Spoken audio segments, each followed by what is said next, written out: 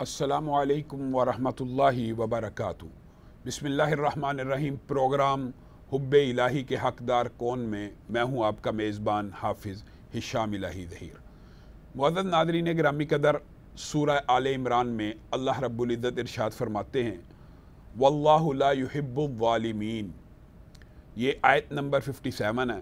اس کے علاوہ بھی قرآن پاک میں متعدد مقامات پر یہی الفاظ اللہ رب العزت نے جیسے سورۃ شورى میں بھی بیان کیے ہیں۔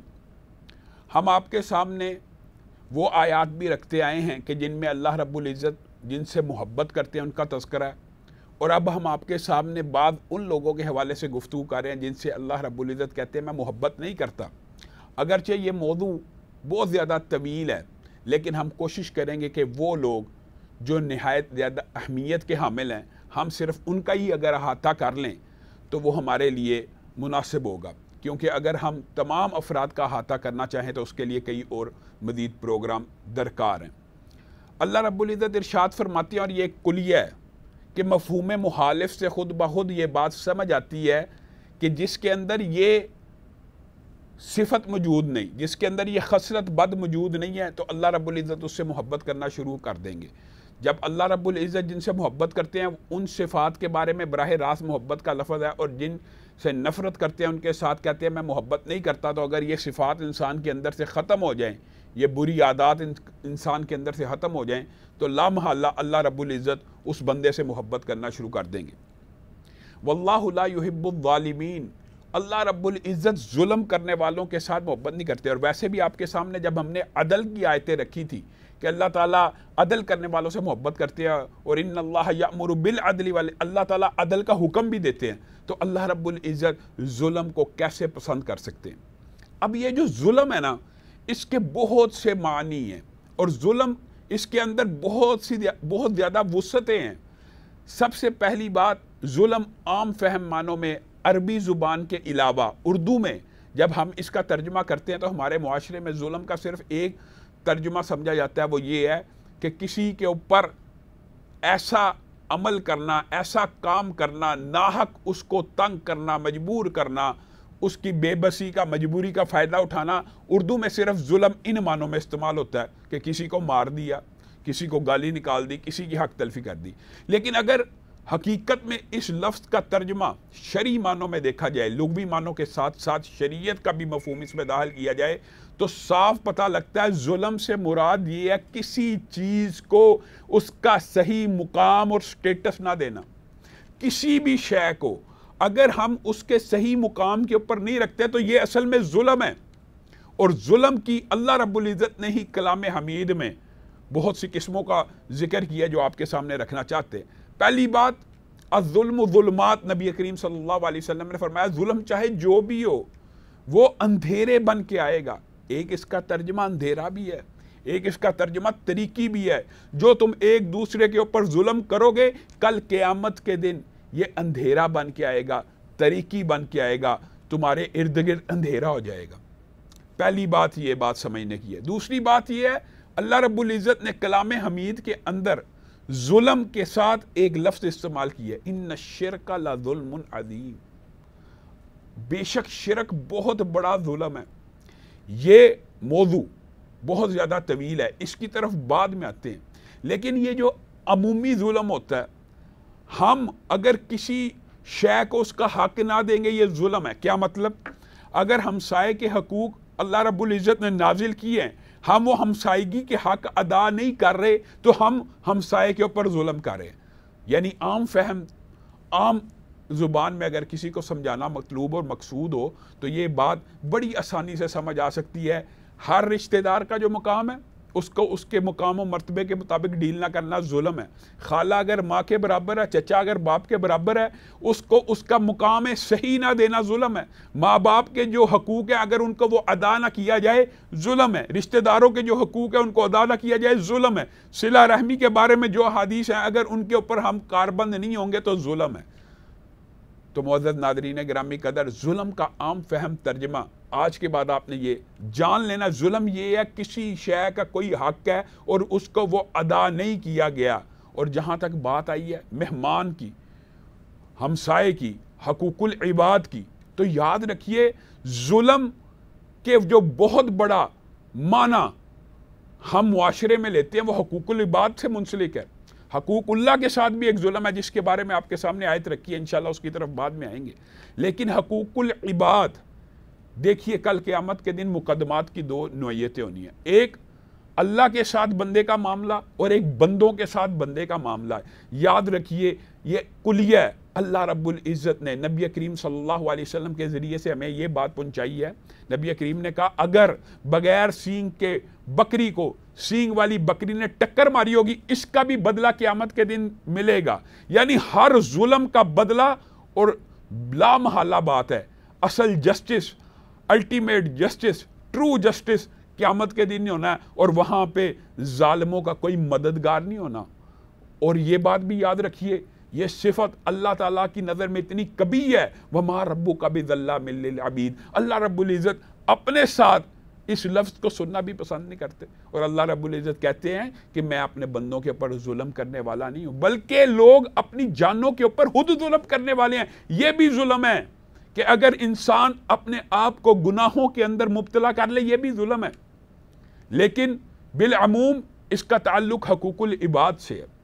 کل قیامت کے دن جو مقدموں کی نوعیت ہے نا، دو میں نے آپ کے سامنے رکھی ہے. ایک بندوں کا بندوں کے ساتھ معاملہ، تو یقین مانیے اس بارے میں اتنی وعید موجود ہے، اتنی وعید موجود ہے. نبی کریم صلی اللہ علیہ وسلم نے ارشاد فرمایا شہید جب اس کا خون کا پہلا قطرہ زمین پہ گرتا ہے نا، اللہ رب العزت اس کے سارے گناہوں کو معاف کر دیتے ہیں.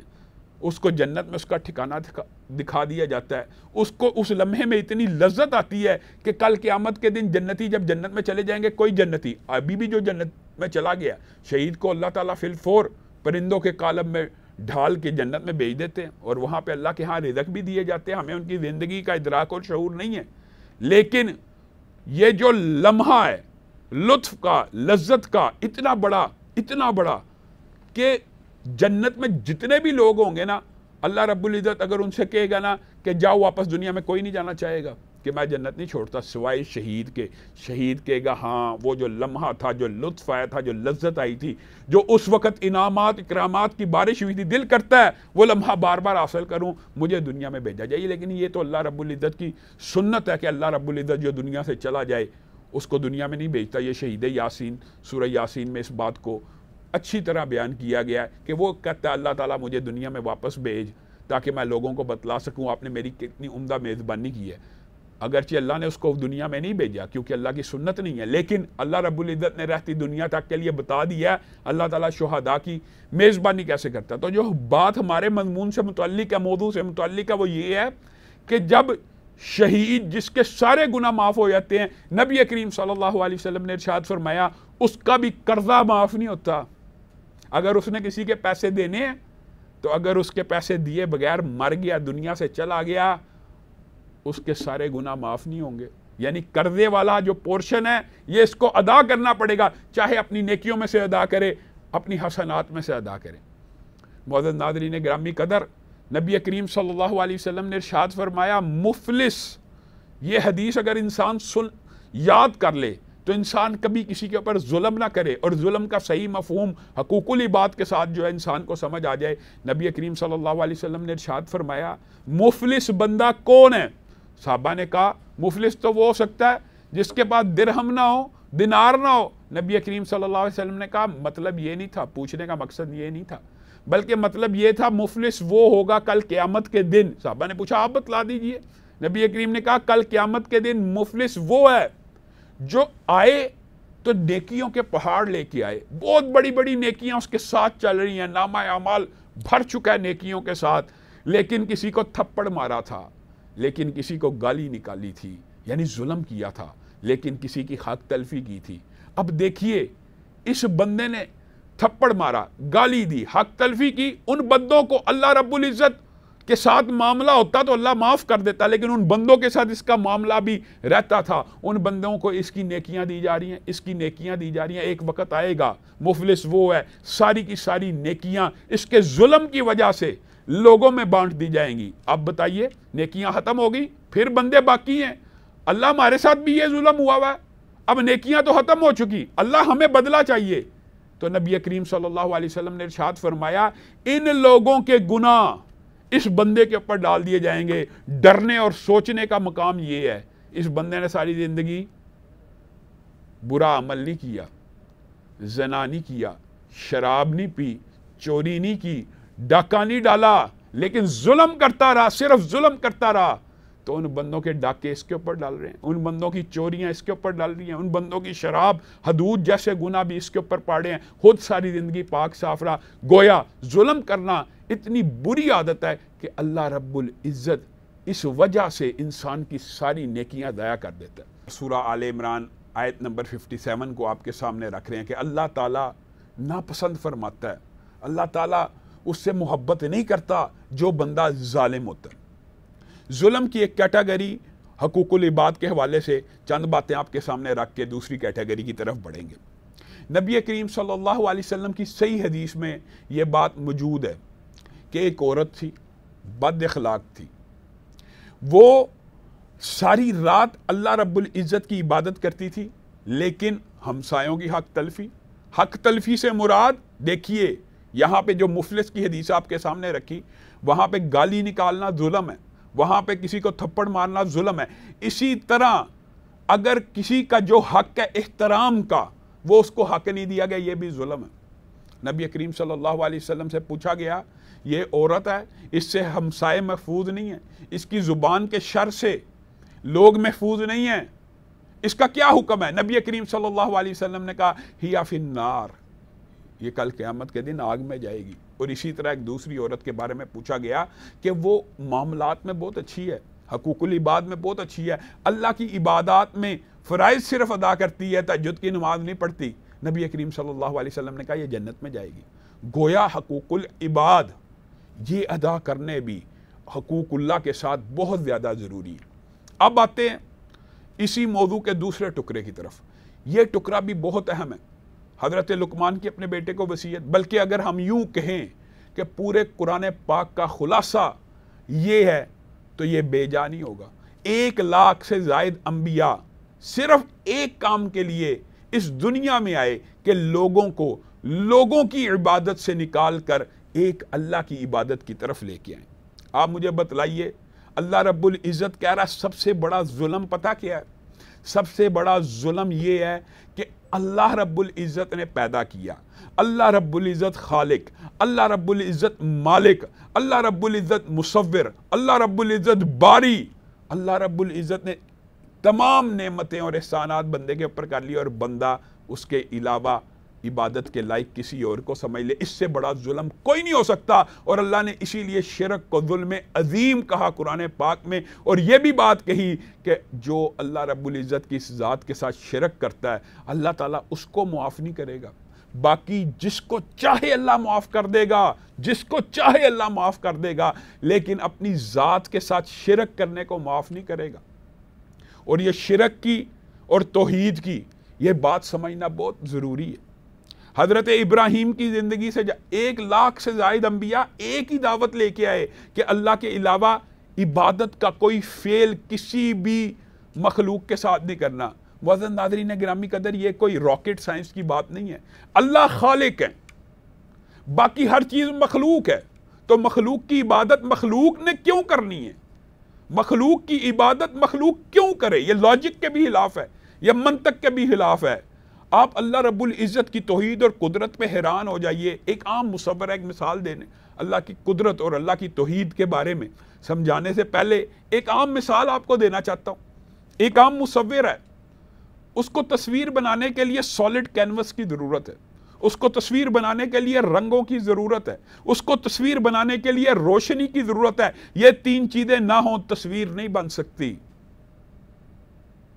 لیکن اللہ رب العزت وہ خالق اور مصور ہیں جو تصویر بناتے ہیں اندھیرے میں بناتے ہیں، تصویر بناتے ہیں سالڈ کینوس پہ نہیں بناتے، تصویر بناتے ہیں بے رنگ پانی سے بناتے ہیں۔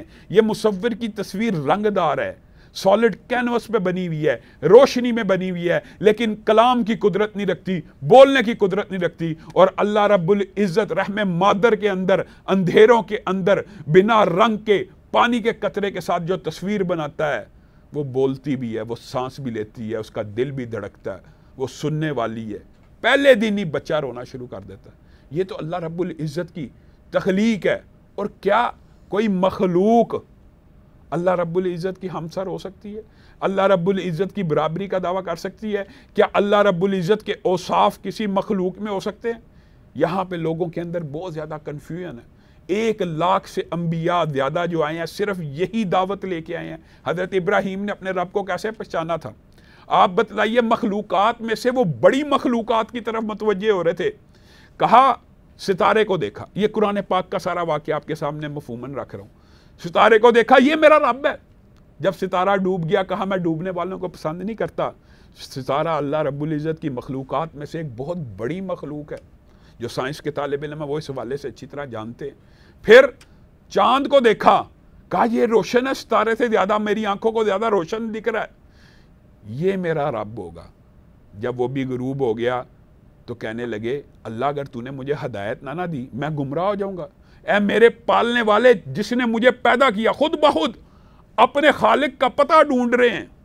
سورج نکل آیا، کہا ہاں یہ میرا رب ہو سکتا ہے، یہ بڑا ہے، یہ زیادہ روشن ہے، اس میں حرارت ہے، اس کی وجہ سے پودے نشو نما پاتے ہیں، یہ میرا رب ہو سکتا ہے۔ لیکن جب وہ بھی غروب ہو گیا تو کہنے لگے، انی وجہت وجہی للذی، میں اس کی طرف منہ کرتا ہوں جس نے زمین و آسمان کو پیدا کیا۔ اگر اس نے میری رہنمائی نہ کی، اس نے مجھے ہدایت نہ دی تو میں تو گمراہ ہو جاؤں گا۔ اور یہی مکالمہ جب وہ اس وقت کے حاکم نے حضرت ابراہیم کے سامنے رکھا تھا نا، تو حضرت ابراہیم نے کہا میرا رب وہ ہے جو زندہ کرتا ہے، میرا رب وہ ہے جو مارتا ہے۔ اب حاکم وقت کو سمجھ جانا چاہیے تھا کہ وہ زندہ نہیں کر سکتا، خالق کی شرط یہ ہوتی ہے کہ وہ زندہ بھی کرتا ہے اور وہ مردہ موت بھی دیتا ہے۔ اس نے لوگوں کو گمراہ کرنے کے لیے اس بات کو عقلی طور پر رد کرنے کی کوشش کی، اور آج بھی شرک کے سارے دندے عقلی دلائل سے ہوتے ہیں۔ اس نے رد کیا، کیا کہا یہ ایک پھانسی کا مجرم ہے، اس کو قتل ہونا، میں نے اس کو آزاد کیا اور ایک راہ چلتے بندے کو پکڑ کے قتل کر دیا۔ حضرت ابراہیم کو پتہ چل گیا دھوکہ دے رہا ہے۔ کیا کہا میرا رب وہ ہے جو سورج کو مشرق سے نکالتا ہے۔ اگر تو رب ہے، اگر تو خالق ہے، اگر تو مالک ہے تو سورج کو مغرب سے نکال کے لا، فبہت الذی کفر۔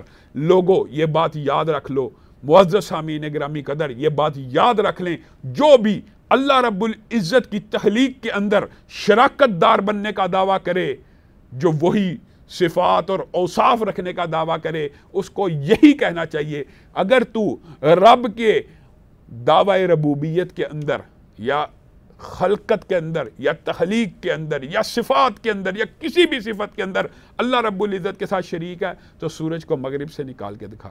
اب یہ وہ لمحہ تھا، لوگوں کو پتا چل گیا ہمارا بادشاہ حاکم جھوٹ بول رہا ہے، فبہت الذی کفر، چہروں کے اوپر، زبانوں کے اوپر مہر لگ گئی۔ اسی لیے حضرت ابراہیم اپنے والد کو کیا کہہ رہے ہیں؟ قرآن پاک میں سارا واقعہ موجود ہے۔ اے میرے والد محترم، یا ابتی 4 مرتبہ یا ابتی کا لفظ بولا، اور احترام کے اندر عربی زبان میں اس سے عمدہ لفظ موجود نہیں ہو سکتا۔ یا ابتی، اے میرے باپ کیوں شیطان کی عبادت کرتے ہیں؟ اے میرے والد، میرے پاس اللہ کی وحی آ چکی ہے۔ والد آگے سے کہہ رہے ہیں، اراغبن، کیا آپ میرے خداؤں سے اعراض برتنا چاہتے ہیں؟ حضرت ابراہیم کی پوری زندگی کے اندر توحید کا ایک بہت بڑا لیکچر موجود ہے۔ کیسے؟ جب انہوں نے دیکھ لیا والد نہیں مان رہا، تو انہوں نے کہا میں آپ کے لیے اپنے رب سے مغفرت کی دعا کروں گا۔ اور یہ بات بھی یاد رکھیے، اللہ رب العزت کو شرک اتنا ناپسند ہے کہ پیغمبروں کی زندگی پوری کی پوری نمونہ ہے۔ حضرت محمد الرسول اللہ صلی اللہ علیہ وسلم کی زندگی نمونہ، لیکن ان کو بھی کہا، اور کیا کہا امت محمدیہ کو، کہ ابراہیم کی پوری زندگی تمہارے لیے نمونہ ہے، مگر اس قول کے کہ جو انہوں نے اپنے والد کے لیے کہا تھا کہ میں ان کے لیے مغفرت کی دعا کروں گا۔ کیوں؟ کیونکہ کسی مسلمان کے لیے یہ ذیب نہیں ہے کہ وہ اس کے لیے مغفرت کی دعا کرے جو دنیا سے شرک کے عالم میں چلا جائے۔ یعنی جو بندہ شرک کی حالت میں دنیا سے چلا جائے، اس کے لیے دعائیں مغفرت نہیں ہو سکتی۔ اللہ تعالیٰ ابراہیم کے بارے میں بھی کہہ رہے ہیں، خود نبی کریم صلی اللہ علیہ وسلم کو بھی حکم دے رہے ہیں، انک لا تہدی من احببت، پیارے نبی صلی اللہ علیہ وسلم جن سے آپ محبت کرتے ہیں، ضروری نہیں اللہ ان کو ہدایت دے دے۔ آپ کے لیے یہ بات زیبا نہیں ہے کہ جو رشتہ دار شرک کے عالم میں دنیا سے چلے گئے ہیں آپ ان کے لیے مغفرت کی دعا کریں۔ تو حضرت ابراہیم کی زندگی کے حوالے سے ہم اپنی گزارشات کو جاری رکھیں گے انشاءاللہ۔ یہاں پہ ہم لیتے ہیں پروگرام سے اجازت۔ میں ہوں آپ کا میزبان حافظ ہشام الہی ظہیر۔ یہاں ہم لیتے ہیں آپ سے اجازت اس پروگرام سے۔ والسلام علیکم ورحمۃ اللہ